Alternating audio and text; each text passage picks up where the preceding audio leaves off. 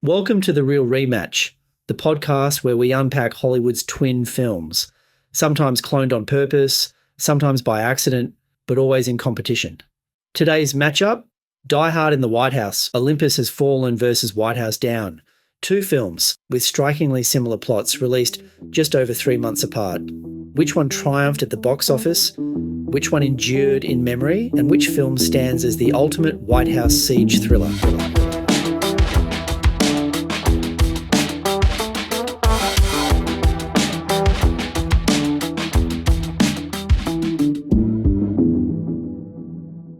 Hey Jeff, episode 2. How are you, Josh? You good? I'm good. I'm excited about this one today, Jeff. It's going to be a lot of fun. So I love shit blowing up, I think just about as much as you love shit blowing up. Well, I enjoy thoroughly shit blowing up. Absolutely. And these two films, White House Down and Olympus Has Fallen, yes, they tick that box with a extremely sort of hard and dense HB pencils. So I'm really looking forward to this. So, I mean, like, you know, a little bit about, I guess, plot overviews for both these films. Like these are both, you know, sort of like films where, you know, the White House and democracy and the president in peril, yes, right? They've obviously both got, you know, the Die Hard in a, you know, sort of both Die Hard in the White House aspect, you know, going on where we'll obviously, you know, drill down and explore that a little bit further. But, you know, these two films in terms of, you know, sort of like, you know, contrasting them and otherwise, you know, I think what's interesting is outside of the, you know, the Die Hard formula where in both films, you know, you've got the reluctant hero, you know, they're in a confined space, you know, they both save the day, spoiler alert, you know, the president lives in both films. Come on, dude, you're giving it all away. but, you know, again, like in White House Down, you've literally got, you know, sedition. Right? You've effectively, the enemy is within, it's domestic terrorism, right? Yeah.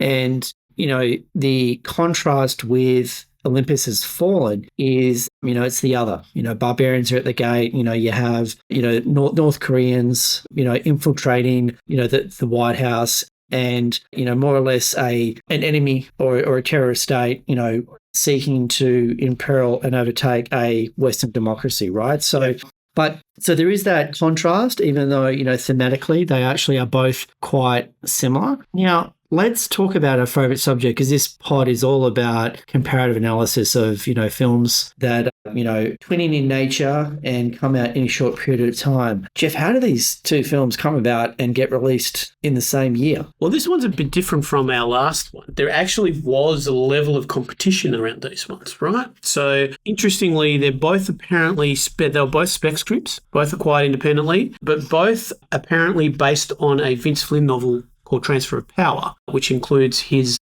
Mitch, what's his name, his favourite hero? Mitch Rapp. Mitch Rapp, yep. So, and it's one of the first times Mitch Rapp appears, apparently. So they're both strong influences on these films and apparently were the basis for the jump-off on both of these films. But interestingly, once it was Millennium Films who acquired Olympus Has Fallen, Sony had White House Down, and they both rushed to get them in competition together because they knew they were filming together and they wanted to get them out. Olympus Has Fallen came first in early 2013, so that was actually released in March of 2013. And Sony actually brought forward White House Down. They originally had it for the end of 2013 because, again, they wanted it for the Thanksgiving and the Christmas holiday period to probably go for bigger box office dollars. They actually brought it back into the summer of 2013, the US summer, because Olympus Has Fallen was coming and they wanted to compete with it. So there was quite a strong competition in regards to these two films coming through. So again, great analysis, Jeff. So, you know, again, there's that, you know, race to market kind of culture that Hollywood has time and time again. It's proven itself over the last, you know, 100 plus years of them,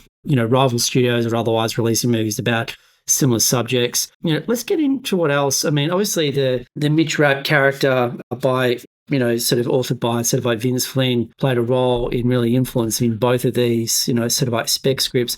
I've got to admit, I've actually never read Vince Flynn. You know, variation on theme. I've read all of the L.T. Ryan books where Jack Noble. It's almost like a substitute, if you will, at a high level to the Mitch Rapp character. But, you know, a trope that's been around for a long time. So I understand that, but, you know, why 2013? What's going on? So when I was thinking about this I was thinking about, you know, there's probably like residual echo effects of, you know, 9/11, right? Where, you know, terrorism, you know, I think has really been a popular culture topic, at least since the 70s. Yes. For me, so my mind goes back to films like Black Sunday and so on and so forth, right? So terrorism's been quite popularized, I think going back to at least, sort of like the 70s, there's obviously, Day of the Jackal and, a whole heap of other sort of, films that kind of came out 3 Days of the Condor and, and so on and so forth, Parallax View. But, this particular film and why now is that, there's effectively, 12 years that have passed or maybe 11 when they're actually doing the filming post 9/11. But, the world did change. And you and I are actually living together, right? We were sharing a house. And we watched, the towers go down in real time on, sort of like commercial TV. And as you know, like everything changed. Like, it became harder to get into office buildings. All of a sudden, like everyone had a little security card to get in and out of your floor or in and out of the lifts. And, the world did change, right? What then also, I think, happened in a way that hadn't happened since the 70s was, some people might want to say, conspiracy theories or otherwise. I'll just put it under the umbrella of like, political cynicism, right? Saying, are all agents who are in, bureaucracy or are administering power on behalf of populations, do they actually all have our best interests at heart? Do they have vested interests? Do they have conflict of interest, right? It's always grey. It's never black and white. Maybe there are some characters who are black and white, that's fine, but we're all human, we're all fallible, right? But that level of political cynicism, I think, really started to ratchet up after 9/11. I mean, I can only imagine, we weren't alive then. That happened to maybe our parents or our parents' generation when President Kennedy was assassinated. Yeah. Right? Yeah. So for us, this was our moment where the world changed. Yes. Right? So I think this film is still kind of like dealing with those lingering post 9/11, political cynicism Don't forget, this is post Osama being assassinated by the US government because he was killed in 2012. I think they caught him and got him. So who's to say that, because obviously that then started the generational push into ISIS. I mean, Al-Qaeda's already been there, right? And it's not the terrorism changed because terrorism's terrorism, but you're right. The political landscape was very much more terror-based, and terrorism has become synonymous in our lives. Everything is involved in it, right? It's a word that growing up we never dealt with, but our kids now see and hear every day, practically. Do you know what I mean? It was always there. I mean, I've got English parents, obviously you had the Northern Irish troubles in London and everything in the UK during that time frame, and my parents not involved in that, but obviously through their childhoods was involved. But difference now is that our kids have been hearing the word terrorism since they were born. Never happened for us when we were born, right? Completely different. Absolutely. And I think, beyond that, the other one that jumped out at me was this, economic frustration and kind of class tension that is a bit of an undercurrent, in forms, obviously, Gerard Butler's character, probably more so in forms like, James Wood's character. Definitely the militia guys in White House Down Farm, or I would say the Olympus Has Fallen. But yes, I get you. 100%. And I think this was kind of like coming about as well because we're also post GFC. Yes. Right? And again, that's where further trust in our institutions, not just the government, private institutions, whatever, really started to, erode, or, that bit of license to operate, social contract, whatever, was really challenged, right? Where it's like, everything's all good until it's not. Everything became quite illusory and didn't really have that same sense of permanence and otherwise. And then, there was, a small, rebellion or, of sort, or, protesting, remember the whole sort of Occupy Wall Street and, it's like, hang on, how can there be such thing as something's too big to fail? Or how can all these people who have, really, had a outsized impact to, people living in the suburbs of the regions or whatever, in this small concentrated part of, New York City, right, or Manhattan, how can they have such a devastating and lasting impact to these people's lives, right? Where the course of people's life changed as a result of what actually happened at GFC. Some people were, successful A, B, and C, and D, and then, they got wiped out because their shares are wiped out of the company they're working for, sort of like tipped over, or. And there's certainly an undercurrent of, I think, some of that frustration, as I said, be that, economic and then the sort of like the class struggles and otherwise. And that sort of like comes through as well, I think, with those films. So I think, these two films kind of coming out with this sense of like shared anxieties. Yeah. Right. Plus being influenced by, the Vince Flynn novel and the character of Mitch Rapp. Certainly two things, I think, at the top of the episode where there actually is a very obvious kind of influencing or crossover. Yeah, and probably a big show that each studio was aware of each other, was competing to do it. Like Millennium Films basically greenlit Olympus Has Fallen in like 1 year before it was released. Wow. So like March 2012 they had it. Basically by June they had Gerard Butler on board and the director. Right? And then straight into filming, and it was released in March of 2013. Now, 12 months for a film of this scope is pretty fucking tight, right? As we know, right? Again, it's not a huge budgeted film. I think the budget on this is like 40 million from memory, compared to White House Down, which being a Roland Emmerich film has a rather classy budget of 150. But, the fact that they managed to get it out, get it through, and look, I don't know about you, but let's be honest, the CGI in this is not perfect or fantastic. And again, it's probably a mark of the time. We know how much computer effects have increased in the last decade or so, but maybe that's a little bit of rushing it almost in a sense. Do you know what I mean? Absolutely. But, yeah, fair. I mean, that was, and then obviously Sony doing the same. I think Sony began production mid-2012 in terms of White House Down. Again, giving themselves originally 18 months to get it released at the end of 2013, but then bringing it back by 6 months because of Olympus Has Fallen coming first. Interesting. So why don't we do a quick rack and stack of some of the stats of these two films, Jeff? So you've already talked about, obviously, the release date's been more aligned due to competitive tension. You've alluded to, I guess, some of the contrast in box office. How are these films received, critically, commercially, and by audiences? Critically and commercially, meh is probably the best way to put it.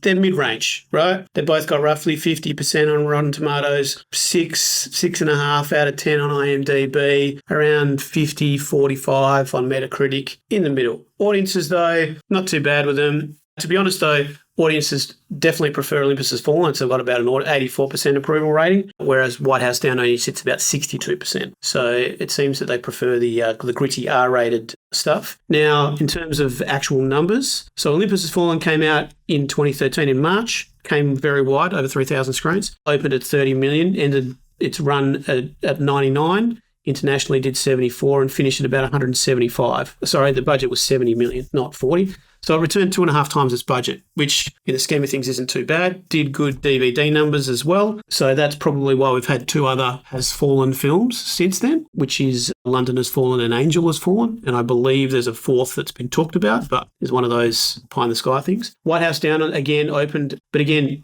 3,000 screens, 25 million opening weekend. Domestically only hit 73, did massive business overseas at 132.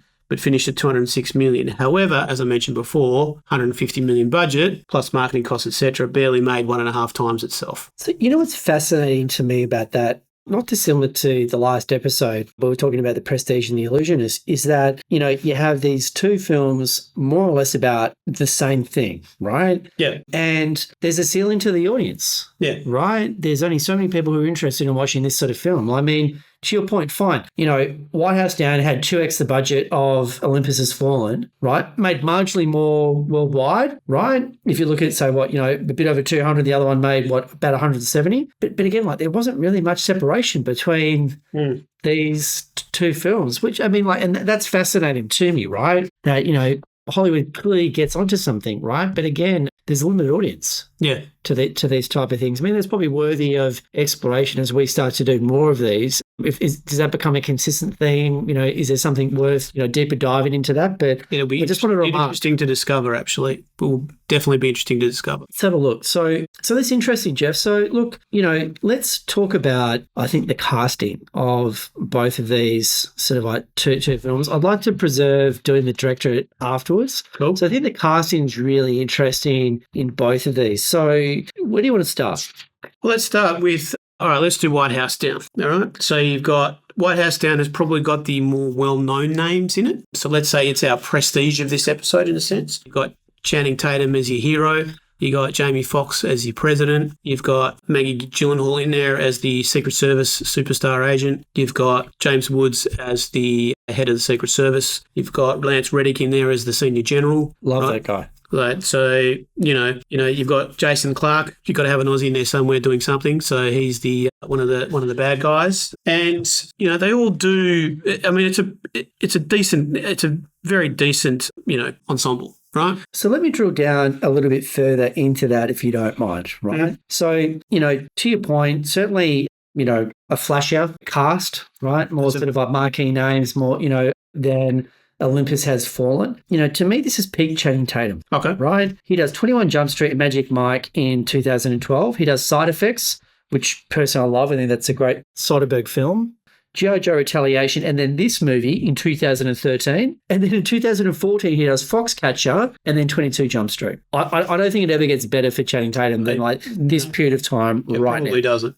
No. So I thought that was interesting. I mean, looking further to that, again, the other interesting thing that at least, where I arrived was Jamie Foxx, right? This is almost a bit of a mid-career resurgence for him. I don't know if you can sort of like afford me sort of like that indulgence, I guess. Like he had a cameo in 2011's Horrible Bosses where he plays the hitman, which it was almost scene stealing, like amazing performance. I thought it was great. He does Django Unchained in 2012, obviously led and carried, really, I think interesting film and played a massively important role in that film being the success that it was. Yep. He then does Amazing Spider-Man 2 as Electro and Annie, right? Yeah, right. And then he does another cameo in Horrible Bosses 2, all in 2014. Yeah. So this, 2011 to 2014, he just goes, as we would say, on a bit of a creative tear or a bit of a purple patch. Has this amazing run where he wasn't necessarily front and center from a popular culture perspective. With some of his performances that maybe he had done in the preceding years. So I thought that was really interesting. Maggie Gyllenhaal, I've always liked her. Right, again, I'm really happy to see her when she's on screen and otherwise. My two favorite Maggie Gyllenhaal performances, for what it's worth, I thought she was absolutely amazing in 2002's Secretary with James Spader, who always plays the best dirtbag or douchebag I think there's ever lived. Right? That's a phenomenal film. He essays that like William Zabka essays being a high school bully in Karate Kid, right? So Secretary I thought was an amazing performance. Yeah. But I actually loved her in the HBO series that came out, I think it was like 2017 to 2019, called The Deuce, set on 42nd Street in New York. Back in the 70s. 70s series. I haven't seen The Deuce. Yeah, amazing. So James Franco plays his own brother or twin brother and otherwise. Yeah, right. It's actually an incredible, and she plays an incredible part in that, and just amazing. I mean, like acts the living daylights out of that role. I thought she was great here. It wasn't really given much to do. No, that's true. But again, I was like really happy to see it. And then to your point, you mentioned some of the supporting cast, and I want to throw another sort of like name in there as well that you didn't mention. But Lance Reddick, Jeff, has anyone ever been a better authority figure than Lance Reddick? Right? I mean, like what? I'll give you one of his performance. You give me another one of his performance. The Wire. Yeah. Okay. Yeah. He's Irvin Irving as well, isn't he? In Bosch. In Bosch, right? Who's an incredibly important character in the Bosch films, in the Bosch novels, and that's the thing. Now you pick up, for me, you're right. You pick up a Bosch novel now. Always had the image, the big, tall, dark black man as he's described in the novels, but now I can't. Lance Reddick is who I see when I'm reading the books. He is Irvin Irving. Yeah, right.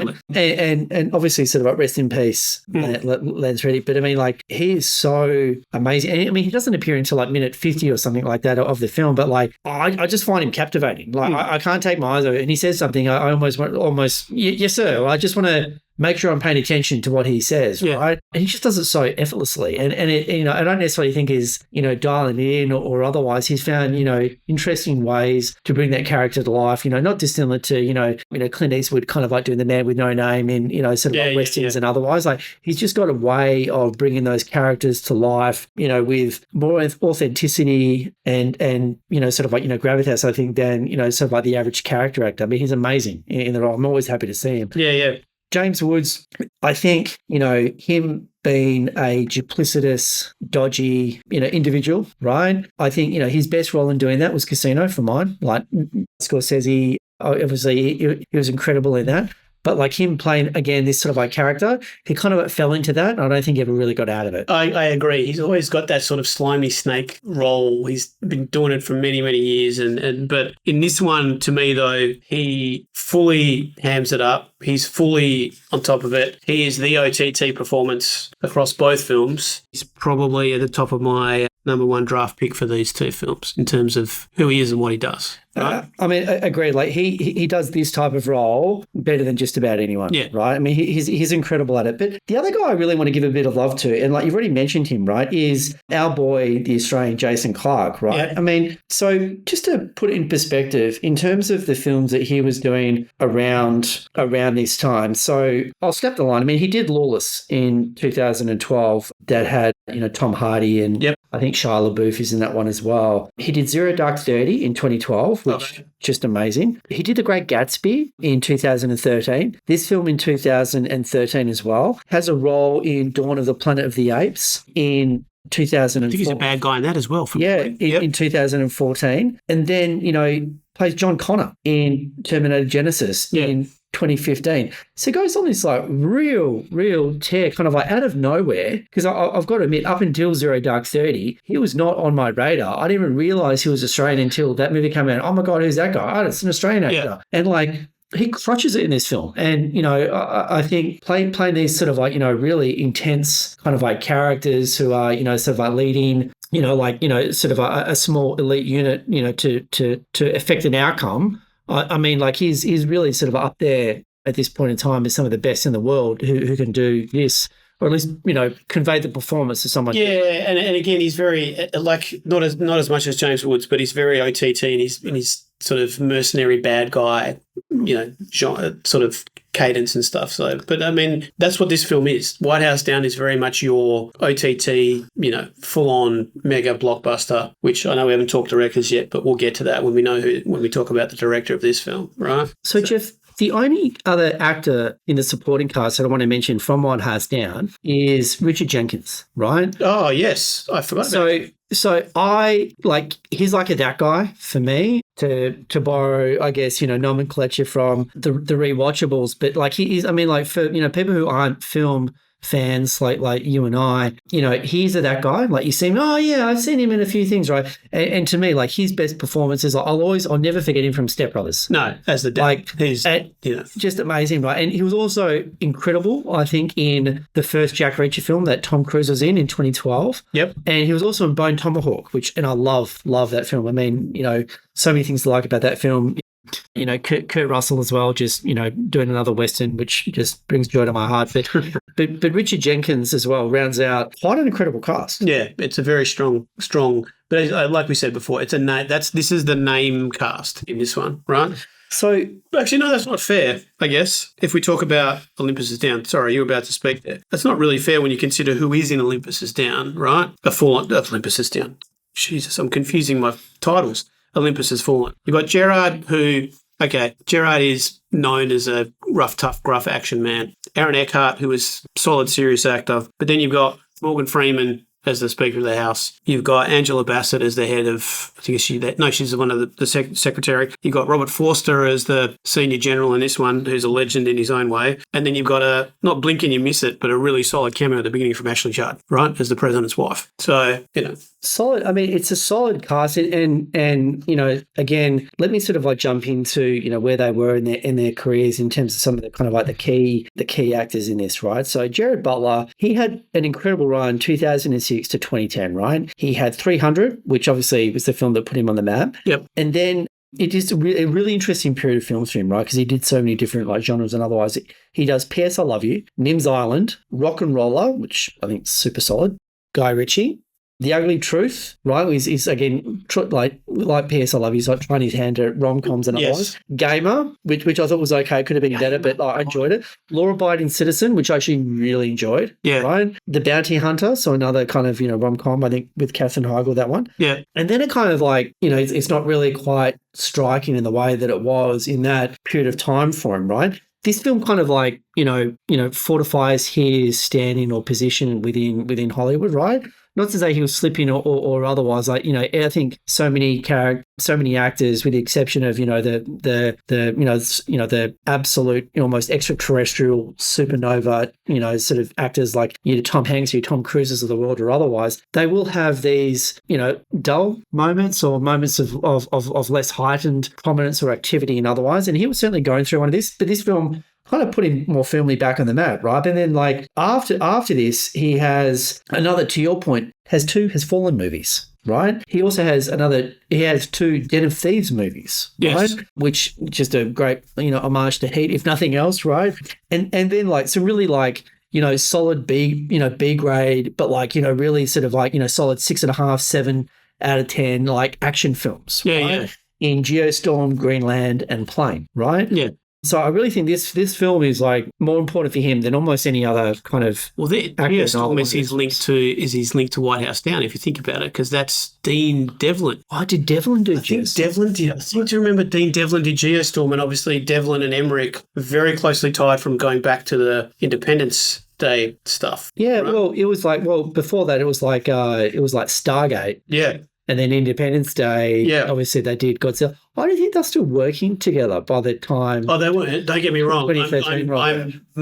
I'm as tenuous as fuck here, got it. right? Just, did you see what I mean? As the tenuous link. Yes. Absolutely. The degrees of separation are there for sure. So then let's go down and focus on the press in Olympus Has Fallen, Aaron Eckhart, right?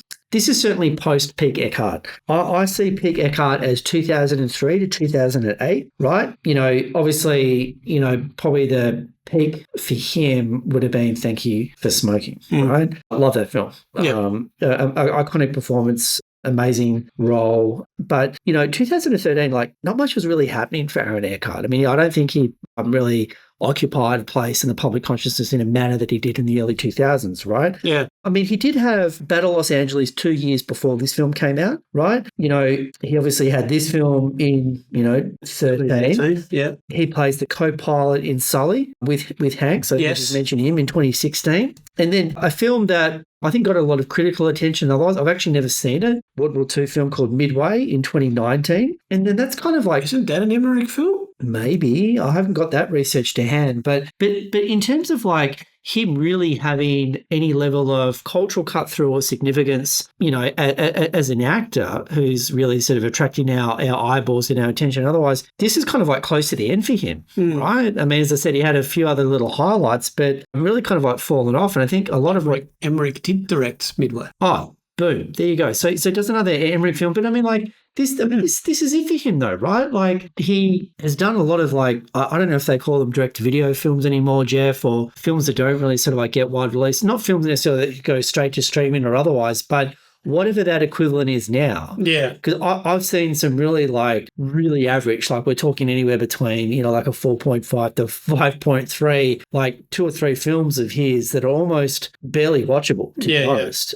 On Amazon Prime or the others, right? So this film I think was important for him. I don't think actually did much for him in the overall scheme of things. I agree with that. But yeah, kind of like towards the end of him really is as super relevant with a few exceptions that I mentioned. Yeah. What I think is really interesting though is that this starts to dovetail into what will become the swan song of one of the most amazing, illustrious acting careers in the last 50 years, and that's of Morgan Freeman, right? Like, he was still doing incredible work for a long time, and like just great work. Like he had Invictus in 2009, he had Red in 2010, he does The Dark Knight Rises in 2012, he does this movie, then he does Oblivion and Now You See Me and Las Vegas, all in 2013, right? Then he does Lucy in Transcendence in 2014, he has a cameo of Ted in 2015, he does the sequel, London Has Fallen, and then the sequel to Now You See Me, Now You See Me 2 in 2016, and then he does Angel Has Fallen in 2019, and then again, that's kind of the end of him being in projects that, get a wide audience or, give him any sort of pop cultural relevance or otherwise, right? Which is amazing because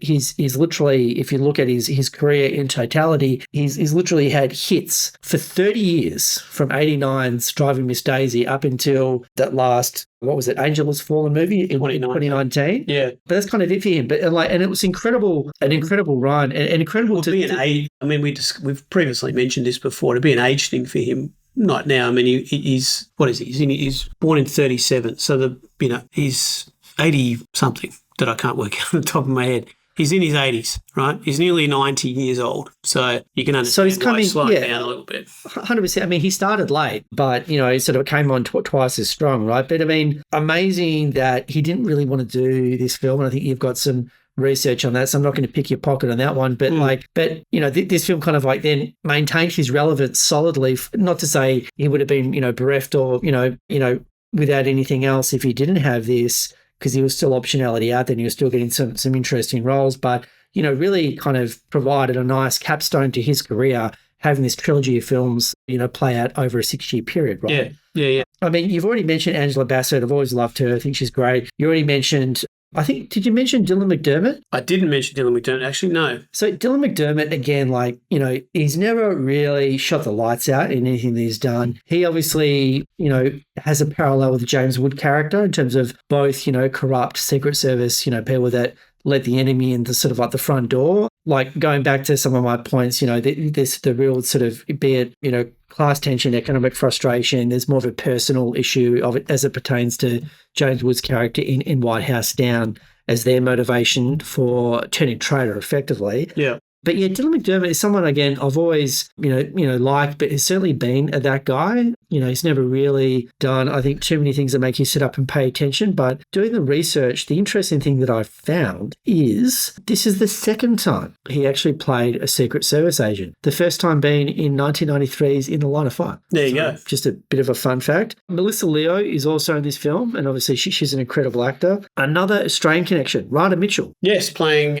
the wife of Gerard. Absolutely. Yeah. Which I thought was great. And then an almost unrecognizable Cole Hauser. So this is not, your wife or girlfriend or mother's Cole Hauser from Yellowstone. This is like, and I say this lovingly as someone who is also, sort of like, slightly overweight, but a slightly overweight, paunchy, sort of, white, almost nondescript Cole Hauser in this. But it's amazing, again, really solid working character actor who goes from this in 2013 and then, sort of you fast forward, be it 8 years or so, and then he's in, well, actually it's less than that, but you fast forward, sort of 6 years or otherwise, and then he's, more or less got second or third billing of one of the largest, cable TV shows of the last 10 years in Yellowstone. So, and completely unrecognizable vis-a-vis his character that he plays in this. The problem I have with Cole Hauser is I can't get past Dazed and Confused. You know what I love though is that he's always in my mind for that. I loved how he's really reinvented himself and had a bit of a makeover, right, in terms of the Yellowstone Cole Hauser, because for the longest time, Jeff, I always we're talking about doppelgangers and duality, and there has a lot of themic relevance to in terms of the sort of pod that we have, right? But for me, he was one of these guys who looked like these other guys, and almost they would have been competing for the same jobs because they look so similar. There was a period of time where he looked very similar to Josh Lucas. Yeah. Right, who also looked really similar to the guy who's in all the James Wan movies, Patrick Wilson. Oh, yeah, right. Okay. So I always used to get those guys, especially early career, I always used to get them confused. Yeah, okay. Right? So I'm happy that he had that makeover now. It's like, oh, now you've got dark hair and you're very different. These sort of two other guys. But yeah, so to your point, maybe not the marquee household names of that one, but as we started to go down the line, pretty impressive cast. Yeah, and again, everyone puts in a solid performance. I mean, Cole Hauser could almost be a cameo. I mean, he's in it for all of 3 or 4 scenes again. Yep. You've got the intro scene in the cafe. You've got doing a few scenes as the president in out, and then rushing him to the PEOC, the secret space, the underground bunker, and then going through the battle upstairs before he's actually, someone pops one straight through his head. You know what I mean? And then he's done. He's out of the film within the first 45 minutes, 50 minutes. So almost a cameo. And then, of course, Ashley Judd can be put into that same category. She's only in the first few minutes of the film. Yeah. And and obviously not the time and place for it now, but I wonder whatever happened to Ashley Judd, because especially that kind of, that mid to late 90s run that she had, like, I mean, she was smoking hot, and like I thought she was a great actor, and did some really good stuff, and it was great to see her again, and she's really got quite an incredible screen presence. But it was, again, great cast. So it's hard to I think this one is so much harder than our previous episode to say, if you were giving out an ensemble cast award, who would you give it to? Because I think they both acquit themselves pretty well. They do. And I wouldn't know which of the cast to actually push as the better ensemble, which is the most ensemble, because they're both strong. Yes, as we mentioned at the beginning, White House Down has the more of the name ensemble, but I don't think it's anything that, that doesn't detract from Olympus Has Fallen. It's like, that's the thing. And everyone does their bit. Everyone's great in the film. So, yeah. It's a tough one. I guess if I had to come down on one side or the other, I'd probably lean towards White House. See, I might lean towards Olympus Has Fallen. Yeah, good. We can't always agree. We can have fisticuffs in the car park afterwards, but... Well, let me give you two other reasons where I think White House Down has kind of got the edge. Okay. Right? So circa the 35-minute mark of White House Down, there's appearance of this guy. Who is it, that guy? Called Jimmy Simpson. Yep. See, if I was to characterize him as a method version of Christian Slater, you probably know the guy I'm talking about. Yeah. So he plays the hacker guy, bit arrogant, bit obnoxious, but got the square glasses. Yeah, got the square glasses, but really charismatic. Yeah. Right? And some really good energy to him, right? And then the other one that I would also add is in White House Down, there's one of the bad guys in Jason Clarke's crew who's got a mustache and tattoos, and he gives off hardcore Begbie from Trainspotting vibes. Yes. I know the guy you're speaking about. Yeah, he does. And he's almost a comic relief in the film because of his, because he's the one who's in charge of looking after the hostages. So he's in charge of Channing's daughter, who's Jamie King, who's becoming a bit of an actress in her own right now, 10 years down the track. And probably, and is having a hard time keeping her, and whoever the guide is, whatever the tour guide is, who starts off as this timid little bloke, but ends up, I think he smashes that guy in the back of the head with like a rare vase or something, doesn't he? No, he does. I didn't look that guy up, right? But certainly, as I said, I'd add those two, sort of like smaller roles to, I guess, the case to litigate for best ensemble to White House Down. Fair enough. But again, really happy with Olympus Has Fallen have taken this, and just going back to Dylan McDermott, I think his role is a little bit underwritten. He could have played a little bit more of a role because he features quite prominently really at the start, then kind of goes missing through the middle part of the film, and then sort of reanimates towards the end. And maybe that's kind of, reflective of, some of his career where, again, started off, I think, his role as that Secret Service agent in The Line of Fire, I think that would have been one of his very early roles, very early in his career. And it's just hang on, you're in a Clint Eastwood film in the early 90s, that meant something, right? I mean, that's huge, right? Yeah. And, you're getting close to peak John Malkovich back in 93 as well. I mean, that was a massive film when it came out. Absolutely, right? Yeah.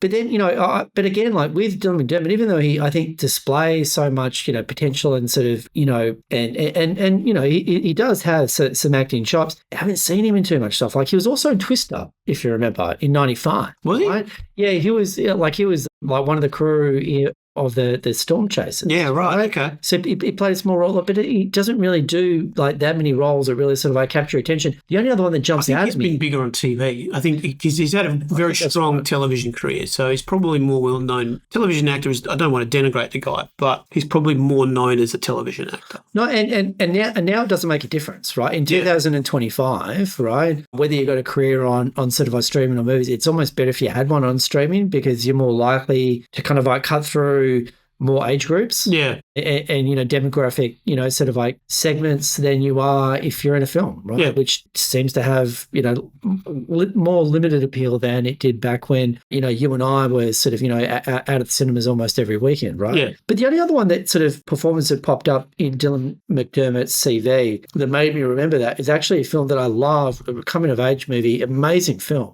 called Perks of Being a Wallflower back in 2012. He plays the father. And I actually forgot that. And it was interesting. Emma Watson's in it. Yeah, and this that came out the year before this film came out, right? So Yeah, right. obviously, the way that he was presenting themselves, or maybe the way that his agent was equipping himself and presenting him opportunities. But I think he was getting some interesting things, to work on. As I said, wasn't maybe able to sort of like turn that into an ongoing character actor or leading performance. So maybe to your point, had more opportunities to be a more meaningful, or have more meaningful roles in TV series or limited series or the like. Anyway, so I think that's the cast. So you know what? Let's split the difference and say it's a tie. I think it's pretty hard to separate. I agree with you. Yeah, maybe you're right. Yeah, there's probably a tie because they've both got their pros and cons. So 100%. So directors, Jeff.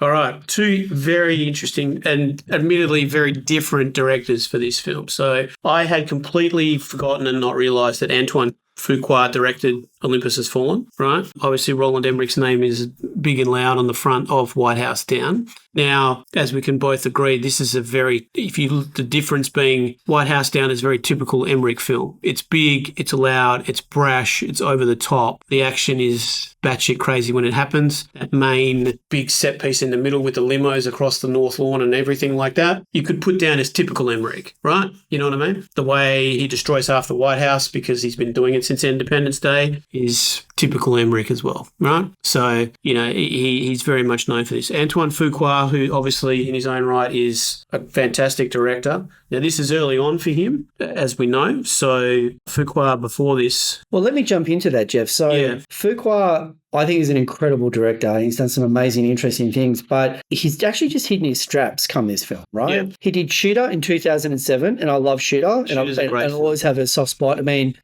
as you know, like, hey, revenge film, body count, single highly trained guy. You've got my money every day of the week, right? Yep. So that film ticks all the boxes of what I look for in a film. He did Brooklyn's Finest in 2009. Then he does this. So a bit of a break in between these films. But then he goes on an amazing trajectory, right? He does this film in 13. He does The Equalizer in 14. Which we both love. He does Southpaw in 2015. Which is a great film. He does The Magnificent Seven remake in 2016. Yep. And he does Equalizer 2 in 2018. So, so in this film here, he pretty much steps up to the plate and goes, you know what, I can do, these sort of grittier, harder edge, sort of R-rated action films every day of the week. This is how I was built. Where to your point, the study in contrast with Roland Emmerich is I do this really nice, clean, glossy, PG, clippy, sort of, 4 quadrant sort of sort of like films that lack a bit of soul. Right? Yeah. Right? And unless it has some amazing performance from Bill Pullman or Will Smith or whomever, right, can sometimes, leave you feeling like you've had a sugar high, but you're kind of crashing 30 minutes into the car away from the cinema, right? Yeah. You ate all the box of cookies when mum wasn't looking and now you're coming down from it. 100%. So really interesting. I mean, I did pick up on an interesting thing. I'm interested to get your thoughts on this, Jeff, is that obviously it's unfair to try and compare and contrast Roland Emmerich to Wes Anderson. Right. But hear me out. When I was watching White House Down, for the episode, is that I noticed that he has a certain fondness for symmetry, and that's why I thought of Wes Anderson, right? Okay. He's not as exacting and perfect as Wes Anderson is and what have you. And he's probably just doing it because he thinks it looks cool, right? I think where Wes Anderson is, it's become, sort of a trope for a lot of his films. But I did notice his love of symmetry, and it was giving off Wes Anderson vibes for that reason alone. Okay. At least from a visual perspective. But what I do like about the sort of the visuals that Roland Emmerich has is that, he's a seasoned pro and a vet, where I think Fuqua is still kind of, becoming the superstar director that I think he ultimately becomes it directing these type of action films. Whereas, Emmerich has done these big budget films, like he doesn't get out of bed unless the budget's, got 9 zeros or there's 100 in front of it. Yeah, exactly. Right. So, the cinematic craft and staging, I guess, I think, this, at least from a visual perspective, jumped out at me more than some of the visuals that were created, and they appeared to be less iconic, with a few exceptions, in Olympus Has Fallen, right? I could agree with that. Yeah, I mean, his set pieces are, Fuqua's is more close quarters brutality. Do you know what I mean? It's very much like it's in your face, it's 2-on-2 or 2-on-1 or whatever it is. Like, it's not, whereas Emmerich goes wide and big. Right. And that's the difference, like you say. So, and like Emmerich has got this amazing ability as well. Like he does this in this film as well, where he really sets the table, I think, extremely well. So in this scenario, really getting a sense of this space of the White House, the scale of the White House, the rooms and the component pieces. And we end up visiting all these places later in the film. Yeah. Right. But it's a really good job of really kind of like grounding us in this space and giving us a sense of, what this space, the constituent parts, are and how they all sort of, work together or exist. And I think he does an incredible job, and then he usually then blows it all up or, sort of like riddles it with bullets or destroys all of those things that he's shown you at the start. But he does that exceptionally well. And like, there's also like just some visuals that, again, that I just remember that are just so iconic. I mean, if you want anyone to blow shit up, he's kind of, at the top of your list. He's in the top 10 list at least anyway, right? But there's that shot where the Capitol building is imploding. Yes. Cars are driving away, but they're driving towards camera, and the autumn leaves are spraying up in the air. It's like, fuck yeah, Emmerich, right? Yeah. That's why we give you, 150 million to make these films, right? Because you make shit look cool, right? Even though it's, death and destruction and other things, right? He's so good at it. Yeah. Right? I mean, like, Fuqua, to your point, has got some amazing things. And like when, sort of like Butler gets on, sort of like the back of the car and, he's just got that, I don't know what sort of, machine gun or otherwise that he is. And I mean, like, there's some really nice, tense, in the heat of the battle moments as well that I think Fuqua does exceptionally well. But yeah, for those iconic sort of, almost postcard type of, iconography, Emmerich, he can almost phone that in. Oh, yeah, absolutely. Yeah, his is, that's just how he operates. But you know what, again, let's talk about Emmerich, right? Is that, because this is an interesting part of his career, is that, he's come off 10,000 BC in 2008, which was a nothing burger, right? Yep. He does 2012, which is a big hit in 2009. He does Anonymous, which I've got to admit, never seen. I had to actually look at what it was, and it was about, I don't know, some ghostwriter for Shakespeare or something. I believe it's quite controversial at the time because of what it was trying to talk about from memory as well. Interesting. Yeah. So, but this is kind of like end of career for him, right? Like now he does 3 years later in 2016, he does the sequel to Independence Day, which I've never seen and I won't see because it doesn't have Will Smith. Yeah. So get stuffed, right? Yeah. I don't want to watch that. But, it's interesting, the way that he structured this, because he kind of invented or was almost patented the, hey, let's, sort of like destroy stuff and have, some family elements and humans, kind of like come into this and otherwise. Yeah. But this is kind of like the end of, again, of the relevance of the Emmerich era, right? Like the world's kind of like passing by and, the baton has been firmly passed to, world building and, more sort of, franchise filmmaking and obviously all the superhero films. Yeah, yeah. As well into that area. So, the need for the Emmerichs of the world and otherwise doing this high concept, let's destroy shit, let's make it look cool, becomes a little bit passé, right? Yeah. Like, so this is kind of like, the end, like probably one of the last hurrahs. Obviously, Independence Day 2 was probably the last hurrah for him, being irrelevant. But it also, we know that it was not a successful film. Like everyone, and I think, as everyone said, it's because Will wasn't in it, and it just didn't have the same connections or linkage or whatever it had. Yeah. Look, I don't have the exact numbers in front of me. it still made several $100 million and otherwise. But to your point, had nowhere near the cultural impact that the first one had. And there's certainly there's no appetite or clamoring for a third one, right? And the second one only exists because of the first one, to your point. So, so a really interesting time, so for his, career. So you mentioned in terms of if you had to give Who Stole the Show to anyone, you'd probably give it to James Woods. I give it to James Woods and the bad guys in White House now. Great. I think that's a great solid call. Can't argue with that. But who do you think had the better lead performance? Would you go with Channing Tatum? Would you go with Gerard Butler? Or would you go with Jamie Foxx almost? No, I'd take Gerard. I think his grittiness needed to be that in that film. But I also think because of the light heart, there's almost a light-heartedness to White House Down. And it doesn't detract from it, but it means that you almost can't take Channing or Jamie as seriously as you do. It's not that the stakes aren't any higher or different, but you feel it a bit more, I believe, in Olympus Has Fallen as compared to White House Down. Yeah. So from that perspective, for me, the best lead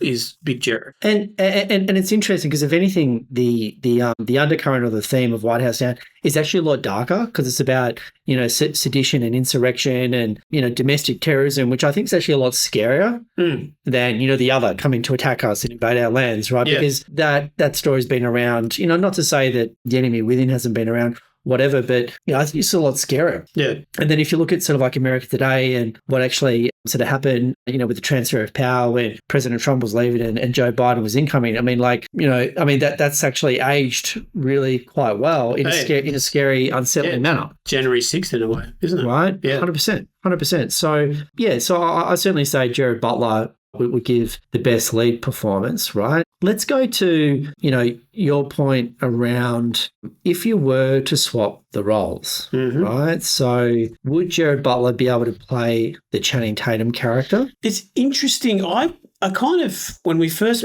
talked about this, I kind of didn't think it. But again, going back to what you said about Gerard with trying to do his rom-com face, right? Like him and Katherine Heigl and that kind of stuff. He can do comedy to a little, and realistically, I mean, he can do OTT because he was in 300. You know what I mean? Like, that is literally an OTT spot. Could Eckhart be the same president in that one? I don't know. Because of the way Jamie Foxx plays it, it's almost, again, like the way I see it, he starts off quite serious. There's the whole scene, you know, the helicopter flies through. He insists they fly past the Lincoln Memorial in a specific manner. Because of him, it's very important, you know, what Lincoln represents and all that kind of stuff. And he's all serious. It's like, okay, so Jamie's playing a serious president here and I get it. And then, you know, he puts on his Air Jordans and tells the bad guy to fuck off.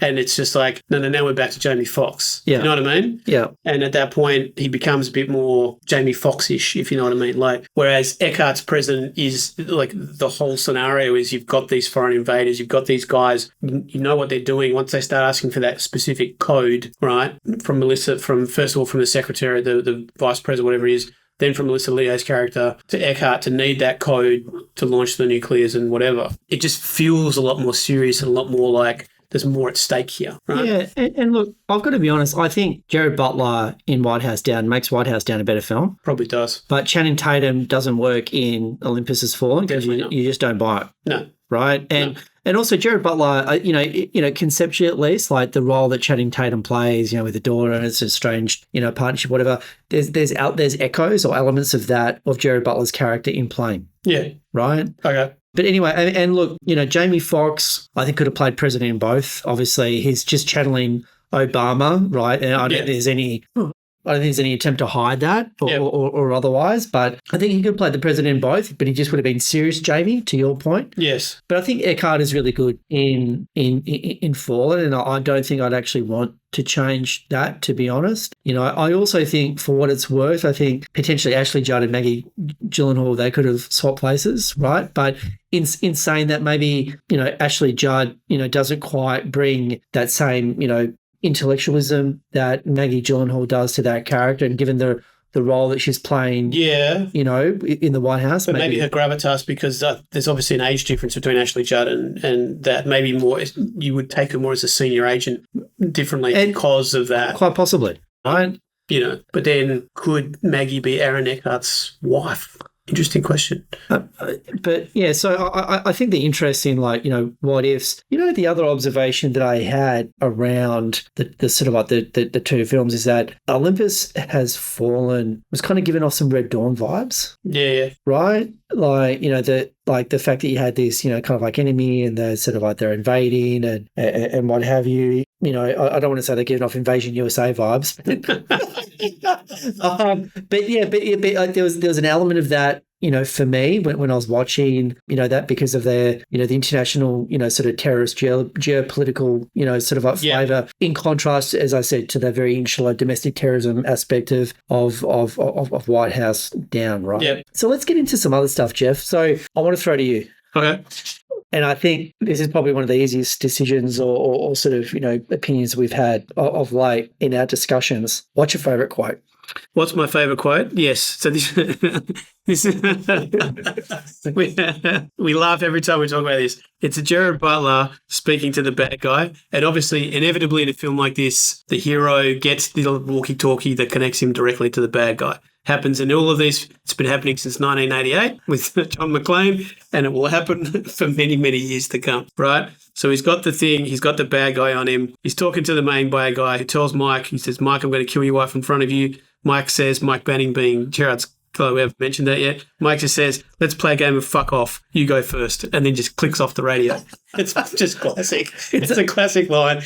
I literally stopped, laughed my ass off, wrote that down, and went, this is the best quote across both films. Again, obviously White House Down is PG as well, so it's a different dialogue set anyway, but it's just pure, it is pure McClane one-liner, realistically, right? And you know, it's absolutely elite. And you know what, like, there's nothing from White House Down that jumps to mind. I mean, I couldn't think of it. There's nothing else that I wrote down. I mean, there is one line that sticks in my head, which again contrasts the way the film is a bit over the top and silly, is in the limo chase action scene when they find the rocket launcher that's just sitting that's there as a weapon inside the presidential limo, right? And he gets him to shoot the gate so they can drive out, which again, great plan. But as he's doing this, trying to put it together, Jamie Foxx is sitting there and he goes, dunk, and literally Channing Tatum says, can you please not hit me in the head with the rocket launcher, please? Right? It's part of the ridiculous dialogue in it. He says something silly like that. Can you please not hit me in the head with a rocket launcher while I'm driving? It's like, what? What the fuck are you talking about? Yeah, it's outrageous. That's the only line I can remember from the whole film. That screenwriter was not earning their money, Jeff. Oh, he obviously got paid quite well, let's be honest. 100%. So look, let's talk about some other kind of, you know, things that sort of like jumped out or sort of, you know, interesting things for me. So, you know, obviously, you know, Jamie Foxx is literally channeling Obama, right? Yeah. And I think even in interviews that he gave, he made that pretty clear, right? But, and you know, the whole, you know, when we're in the president's bedroom, we see obviously the Nelson Mandela book, we see the multiple packets of Nicorette, which is obviously a massive, it's kind of like, you know, straight back to or call back to President Obama's sort of known smoking habit and otherwise. Yep. There's a yellow Sony Walkman, there's the Air Jordans. Like that's just elite in terms of establishing who that character is and who he is, like the man behind the president, right? Yep. So I actually love that sort of aspect. You know, there's obviously the absolute mirroring, not even a nod of the head, the absolute mirroring of some elements of White House Down to Die Hard, like the fact that Channing Tatum ends up in a white singlet, right? The fact that they have a scene in an elevator shaft. Do you know right? that was on purpose? Really? Purpose. They on purpose put him in the wife beater, right, to remind people that Channing Tatum is John McClane. Oh, that's so hilarious. Not in the sense of that's it, but they wanted to basically say, here is your John McClane, it's Channing Tatum, and that's why they put him in that. Oh, really? Yeah, so absolutely. Not even. It's right. It's not as in the sense it's a blatant rip-off. It's just blatant. Yeah, it's just blatant. Yeah. So I thought that was interesting. The only other thing that I wanted to surface, right, is that, you know, we mentioned that there's a bit of an Australian connection. Obviously, Jason Clarke and White House Down, right, initially.